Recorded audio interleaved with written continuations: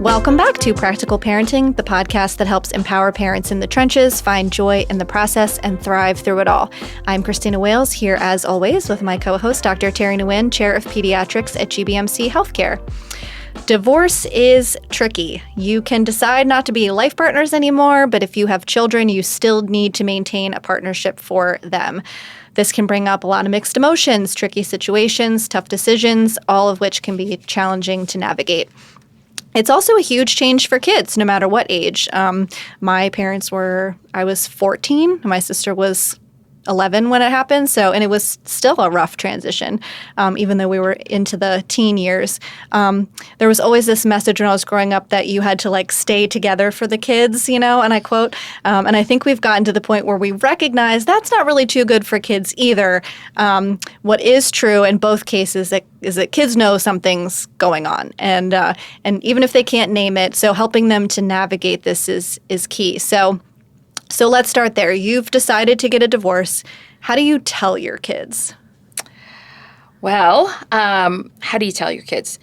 Well, let's not share with them any details about the reasons for the divorce, okay? Mm-hmm. You want to approach it that,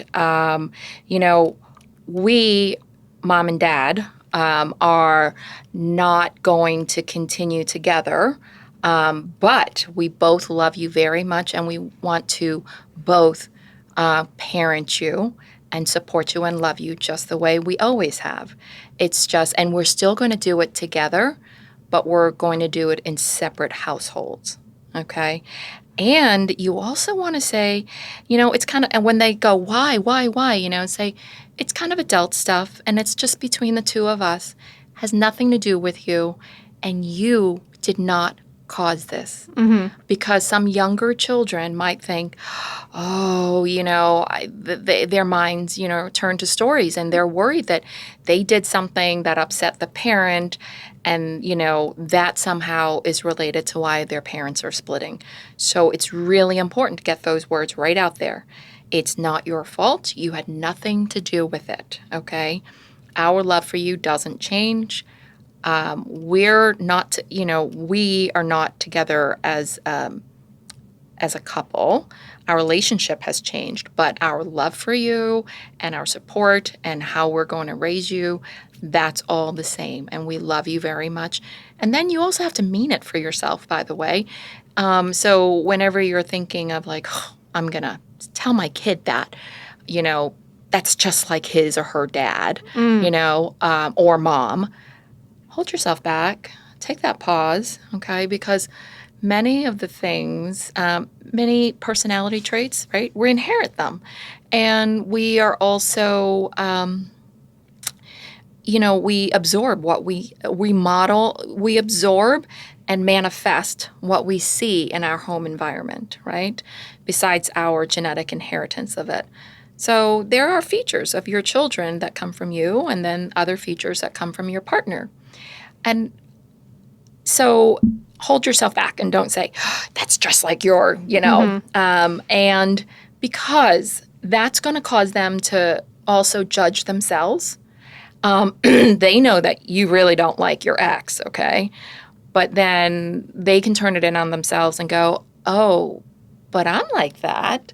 Does that mean you dislike me or hate me as much as you hate or dislike my other parent?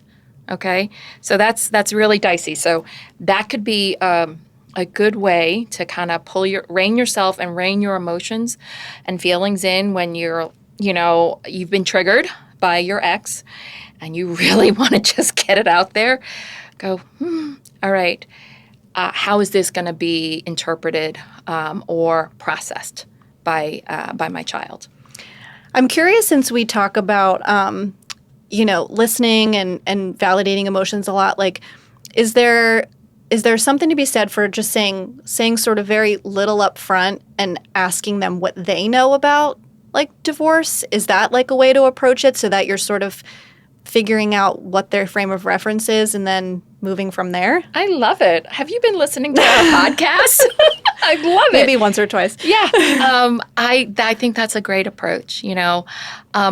here's the key. It's always about the listening. The biggest part of any communication and effective communication is that you give someone a little bit of a feed, and then you pause and listen for what their knowledge of the situation is, and then you can go from there. So I love it, Christina. Thanks. Yes.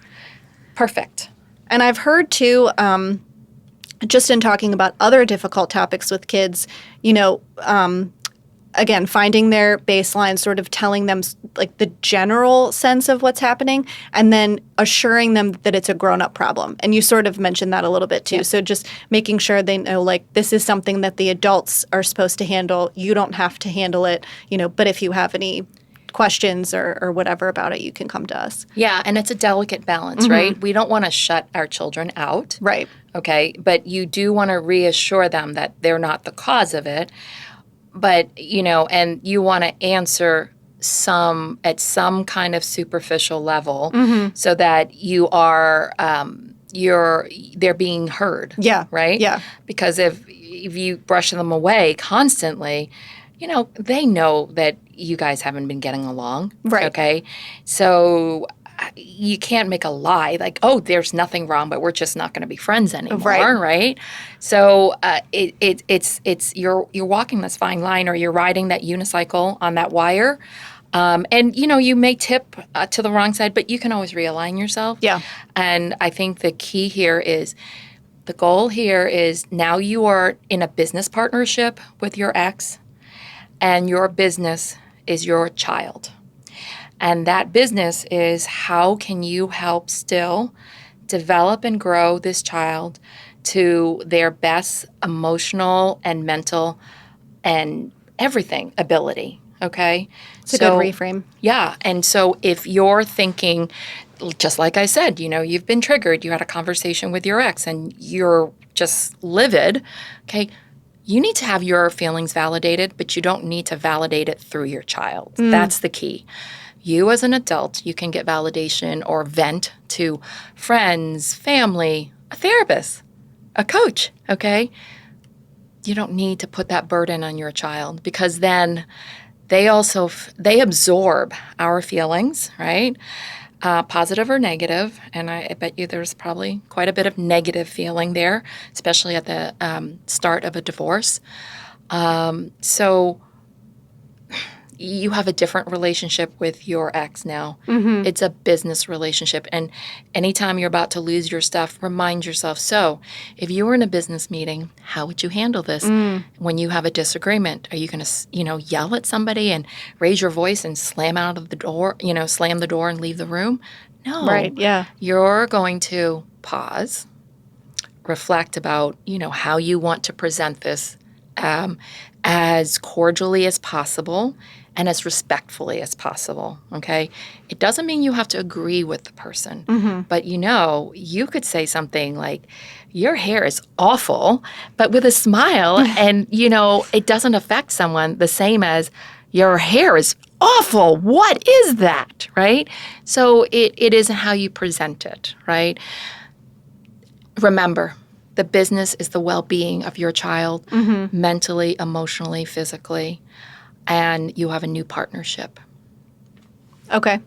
That probably leads in really well to our next question. So how can parents set themselves up for success before they even physically separate, or there's custody schedules before that even starts? How do we get ourselves going on the right foot? That is a really good question. I feel like I'm repeating myself, but of course you have feelings of hurt, of anger. You need to get yourself in a good place before you can help your child, put on your oxygen mask first, right? So you need to separate your feelings from your behavior. Again, remember, really angry, I want to take it out now and here. But that you wouldn't do it in a business situation, so you're not going to do it here either. You're going to get support and focus that you want to set a safe and open space for your kids to love the other parent. Because all children, okay, or the majority of children, okay, want to continue to be loved by both parents, even when the parents have separated, even if they've witnessed a one parent showing poor behavior towards the other parent, because it's just ingrained in us that we want our parents' approval. Sure, yeah. And we desire their love, right? So if you're bashing the other parent all the time, your child may feel they're included in the bashing, or they may feel they need to defend the other parent, right? Or they can create all kinds of stories, right? So just keep that in mind at the forefront, okay? And also maybe you can remind yourself, like, you didn't go into a relationship with your ex because everything was bad in the beginning, right? There were a few things that that you were attracted to, right? And so they still have some good qualities. But I get it. When badness comes out, everything is bad.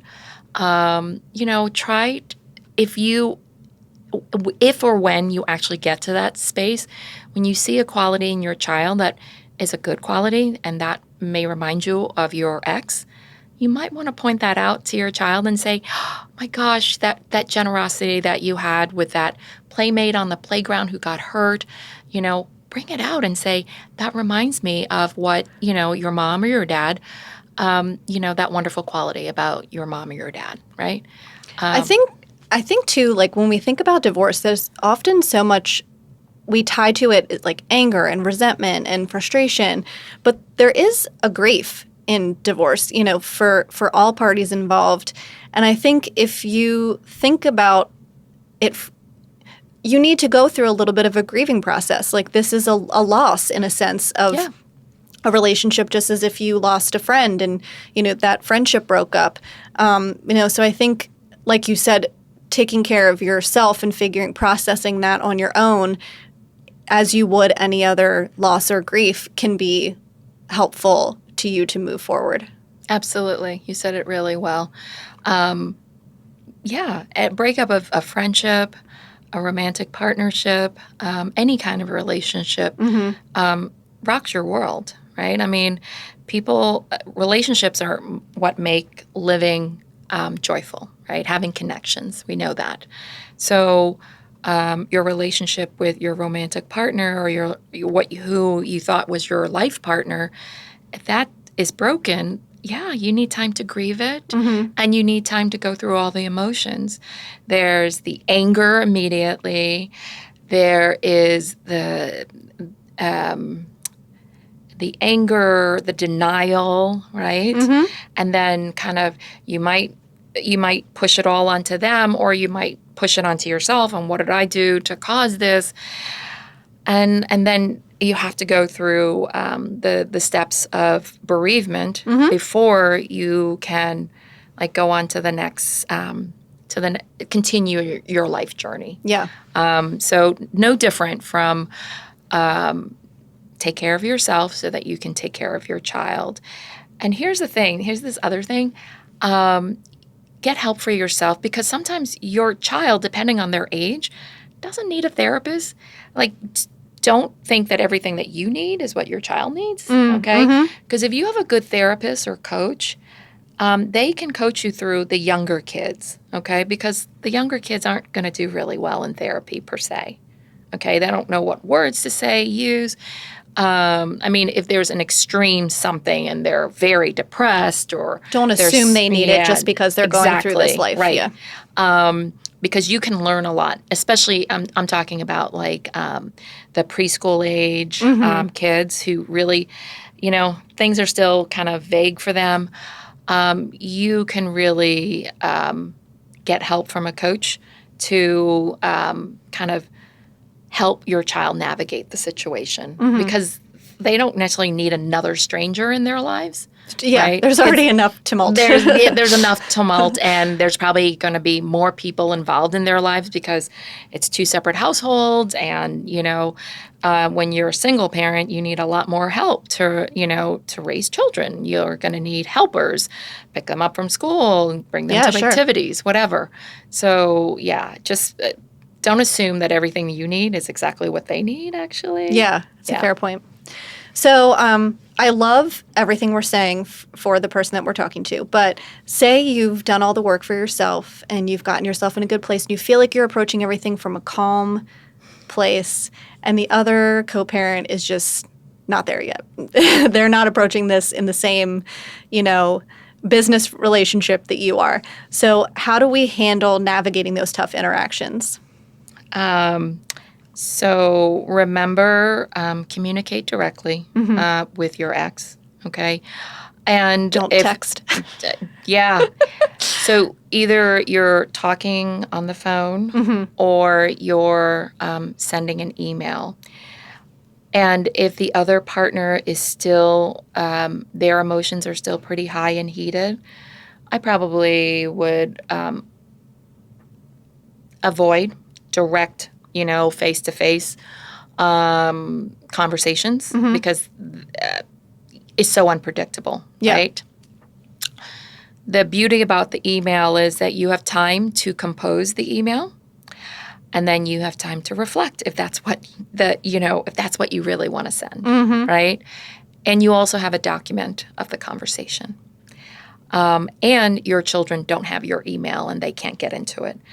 The thing, I know it's easier, faster maybe to text, but your children may be able to read your text because if you have any kind of a shared family plan, it would be so ugly and horrible for your children to hear maybe some not good conversation going on between you and your ex, right?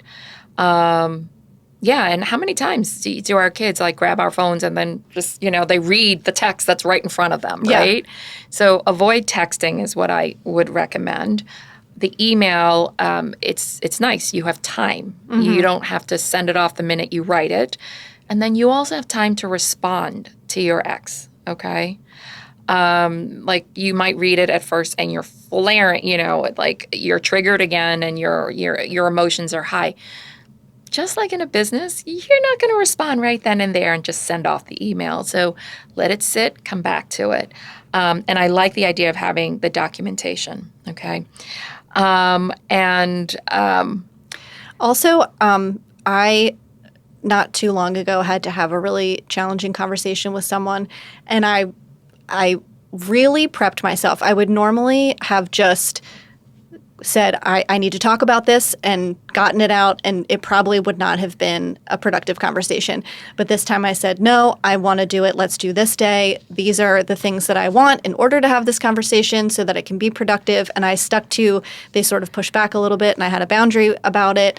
And then I said to myself, I'm going to go for a run before the conversation. Now, you can't do this with every difficult conversation you might have with a co-parent, but just think about what you need to prepare yourself, what your boundaries are, what you need to be mentally, emotionally prepared. I went for the run and I said, okay, this conversation can go this way or it could go this way. And if it goes in a negative direction, I'm going to take myself out for ice cream after the conversation. I had some coping mechanisms in place that I knew what was going to happen one way or the other. And it just made me feel very calm and centered entering the conversation. And then, I felt like no matter what the outcome was, I felt good about how I entered it.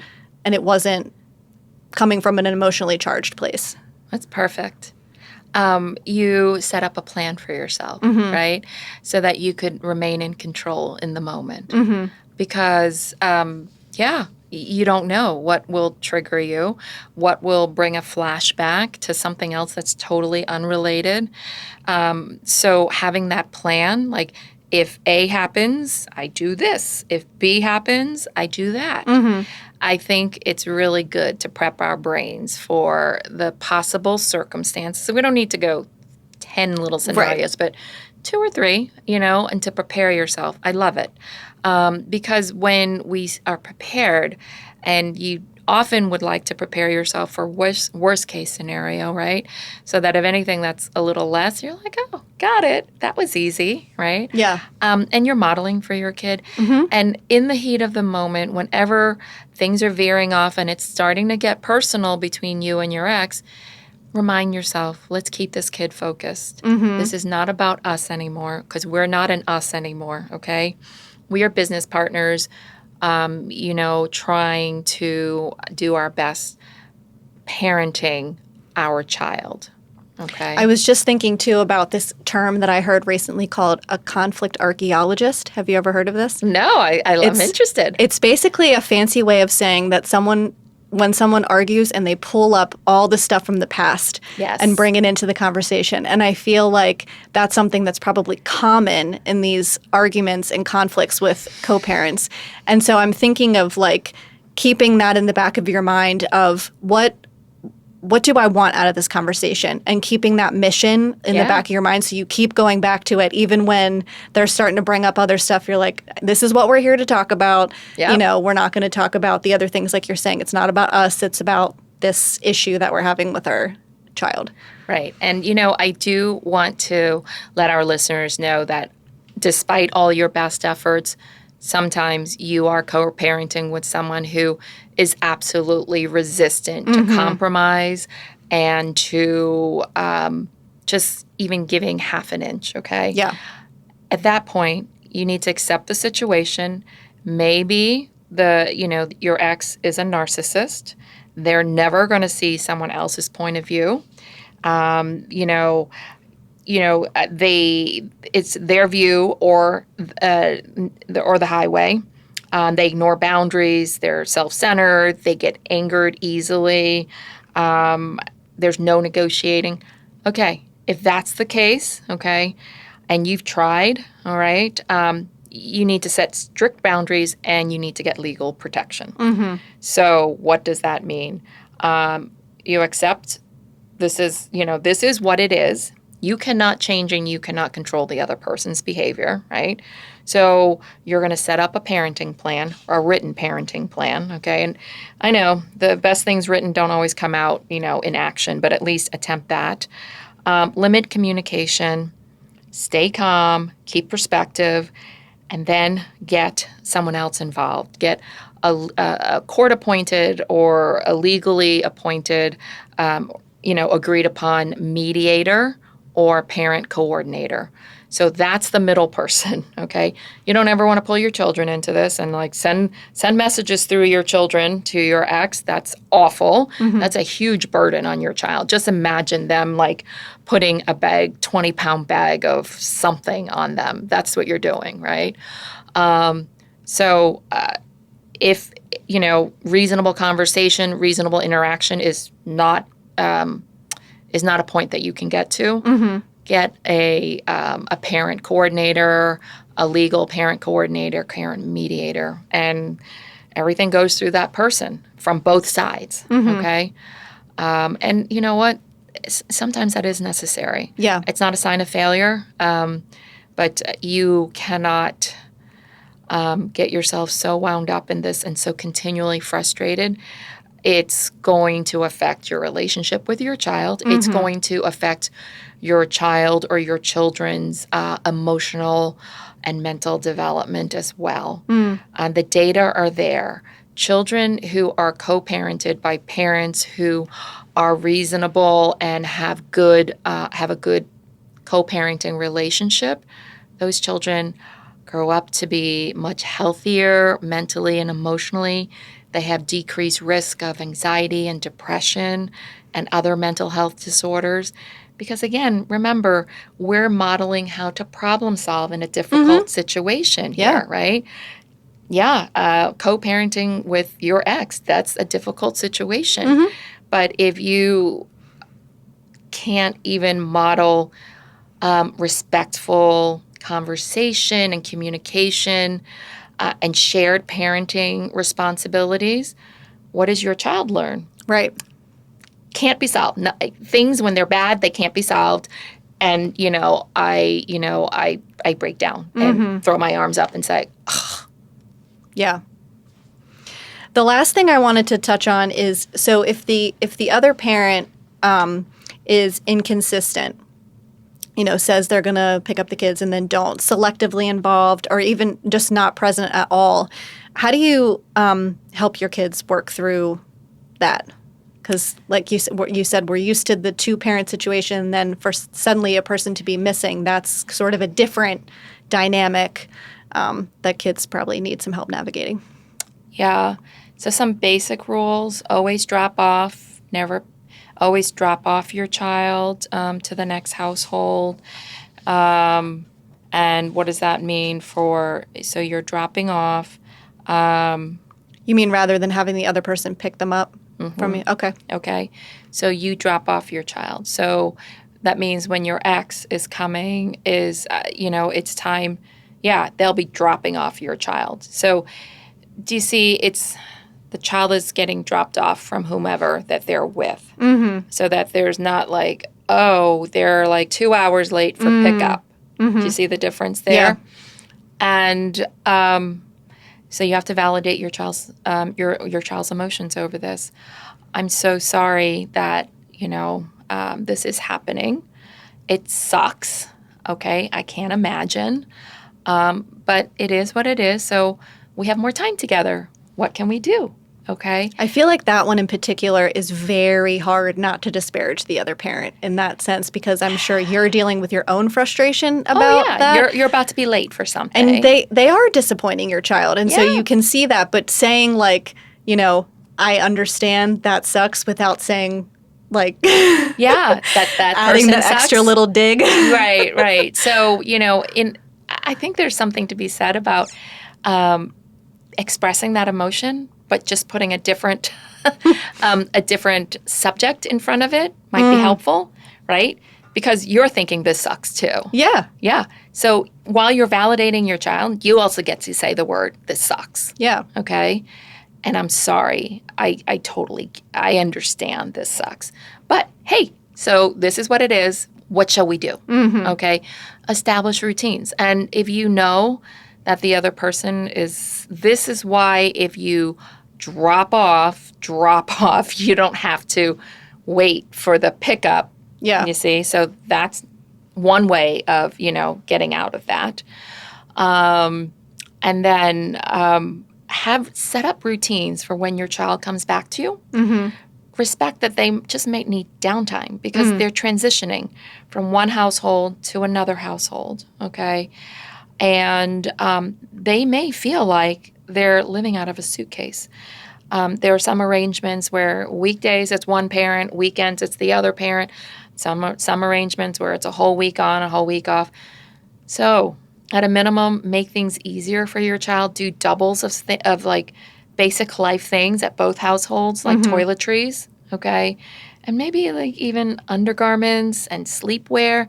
I mean, sure, we're not going to double up on, all your outfits because there's inevitably certain like favorite outfits, But just as much as you can to minimize their feeling that they're being tossed back and forth, like a ball, with a racket on both sides. Because honestly, it's for your convenience, so that your child can spend time with you and then with your ex, right? You created the situation. I'm not guilting any parent. I don't mean that. But they have to live the consequences of our adult decisions, right? So we have to acknowledge that for them, okay?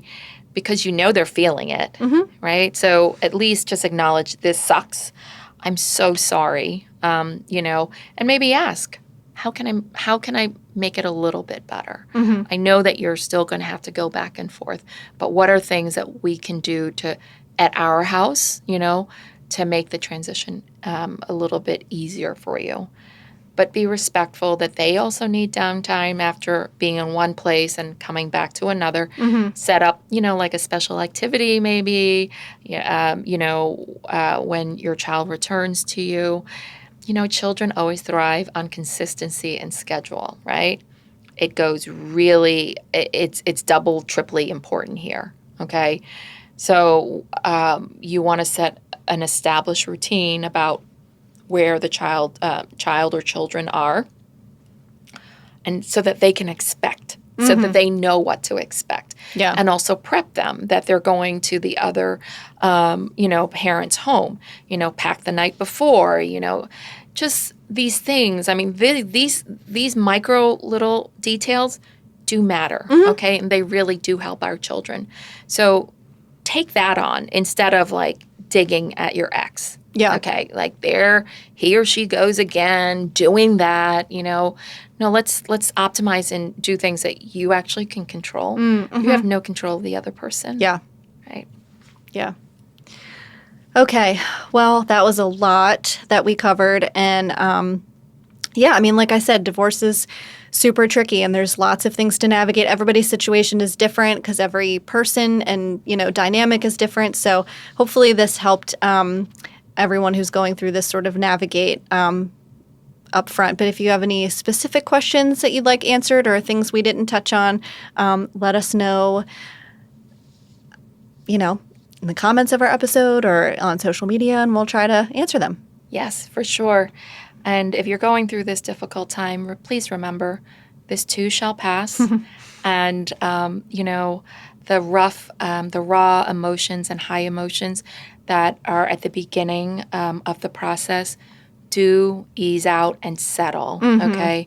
At some point in the future, I don't know when. But hang tight and always just remind yourself, I'm doing this for my child. Yes. Okay. I'm doing this for my child. When there's going to be conflict and you're tempted to lose your mind, okay, I'm doing this for my child. Yeah. Okay. And maybe that will help a little bit. Awesome. Okay. All right. We'll Good see luck. you in the next one. Thanks.